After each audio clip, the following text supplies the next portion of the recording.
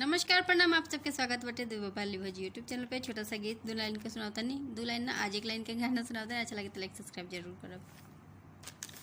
कवन कसूर भइल ए विधाता, कवन कसूर भइल ए विधाता, जियलो न जाला जहर पियलो न जाला, कवन कसूर भइल बा विधाता, जियलो न जाला जहर पियलो न जाला, जिंदगी में ऐसन मोड़ बआइल, जिंदगी में ऐसन मोड़ बआइल, चललो न जाला आगे बढ़लो न जाला, कवन कसूर भइल ए विधाता, जियलो न जाला जहर पियलो न जाला।